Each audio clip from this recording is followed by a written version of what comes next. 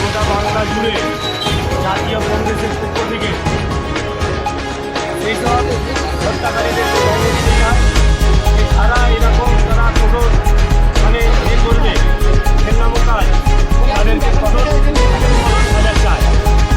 আর আমরা বাংলার মুখ্যমন্ত্রী রবীন্দ্র অধিকারী করতে চাই এইসব মানুষদেরকে এইরকম সাজা দেবে যে জীবনে অন্য মানুষ অন্য মহিলাদের উপরে এরকম অত্যাচার এই বলে আমার বক্তব্য শেষ করছি।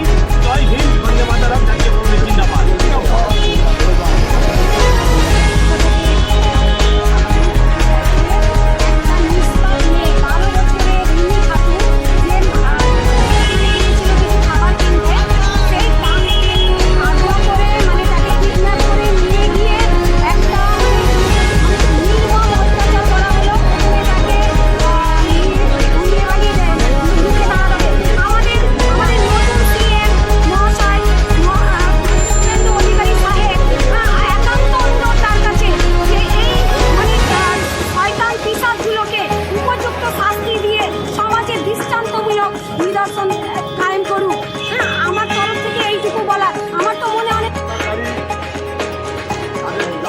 এলাকার মানুষ অবরোধ করেছিল, সুরেন্দ্রবাবু ডাইরেক্ট ফোন করেছিল প্রশাসনের মাধ্যমে, অবরোধ ছিল না, দোষীদের অবিলম্বে শাস্তি চাই।